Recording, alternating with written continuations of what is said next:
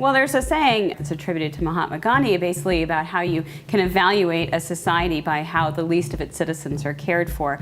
When you look at our animal friends, they're definitely the ones who can't speak for themselves, can't help themselves, and need to have an advocate within the community. So our organization's role is to be that advocate for the animals in our community. Well, I think that our relationship with the Community Foundation has strongly benefited the Humane League in terms of our planning for the long-term future of both the organization and the animals in our care. We want to make sure that we have funding to provide for the programs we need today, such as housing today's homeless pets, but also that we're going to be there to address their needs in the future. We think there's always going to be a need for an organization to intervene and help the animals so that someday we'll come to a place where no animal has to be euthanized for the lack of a home. And that's why endowment is so helpful to us as an organization, because it helps us stay focused on our future goals for our organization and for the animals in our community.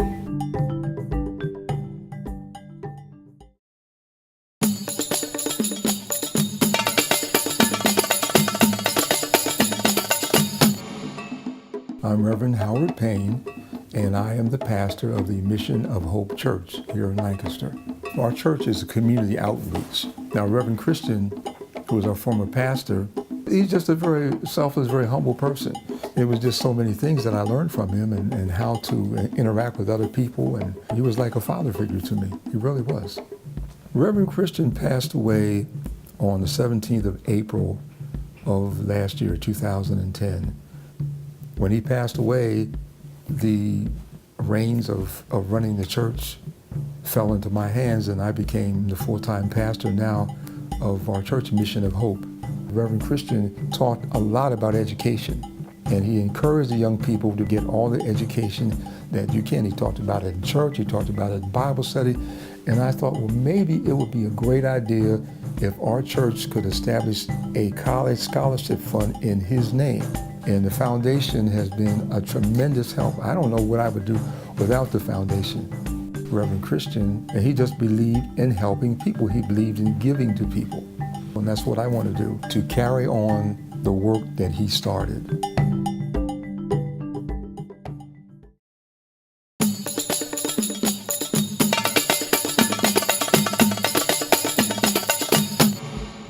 I guess the idea of Poetry Paths is to introduce poetry and art into the city of Lancaster in ways that strengthen the community and give people new ways of seeing the city that we live in.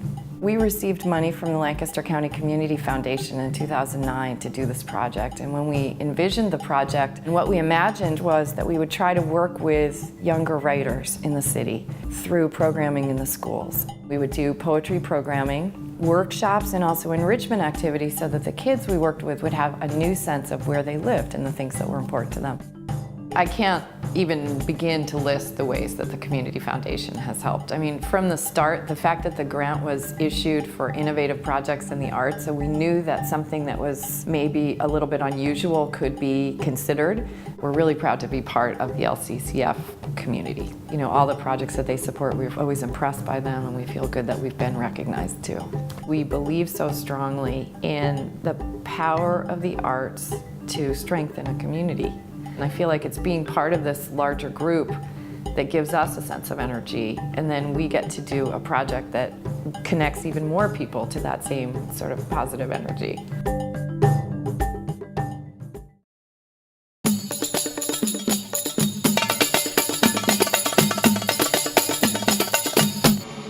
I'm Jim Saxton. This is my wife, Sally. I've been involved in the YMCA. We've both been involved in the YMCA. Yeah. We worked out at the Y.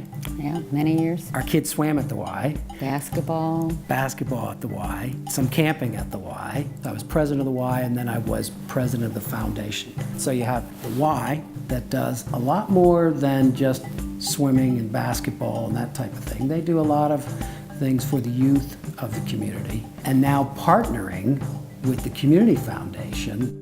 So when we wanted to make an investment, we're able to sit down with the Community Foundation, and they can explain how you can make that investment in a way that it makes sense. When we told our 5 kids about what we were doing, they thought it was great. And our hope would be in 30 years, they'd say, well, that's what I want to do. If everyone looked ahead and said, let's invest a piece of our estate back into our community, and that rippled, 30 years down the road, it could be a phenomenal investment. That ripple effect could be not only present day ripple effect, but holy cow, it could be generation to generation. That's fantastic.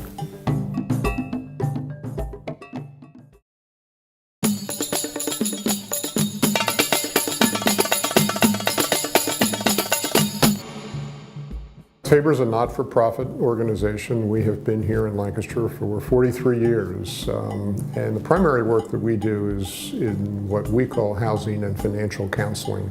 We're all about teaching people self-sufficiency, developing the kind of skills that they can use then to make their own decision and manage their lives successfully.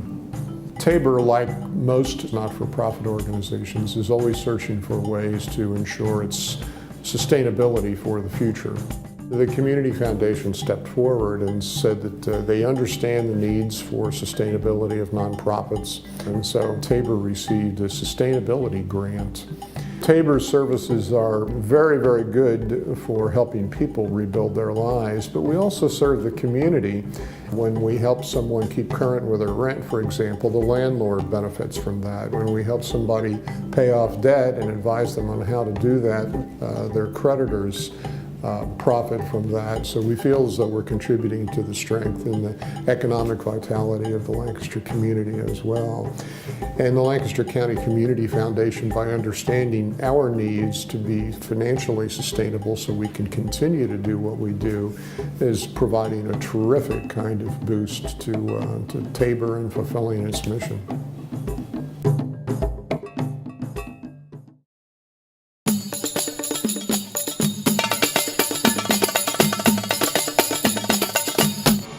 My name's Dorcas Reel.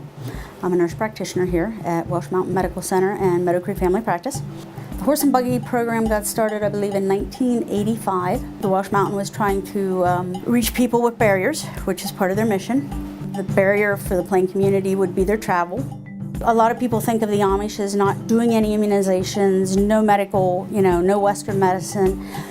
You have, just like in the regular world, you have those who do and you have those who don't. The horse and buggy program is a program where myself and a nurse go out to their home. I do well child checks and we give immunizations. Just trying to keep the Amish kids healthy.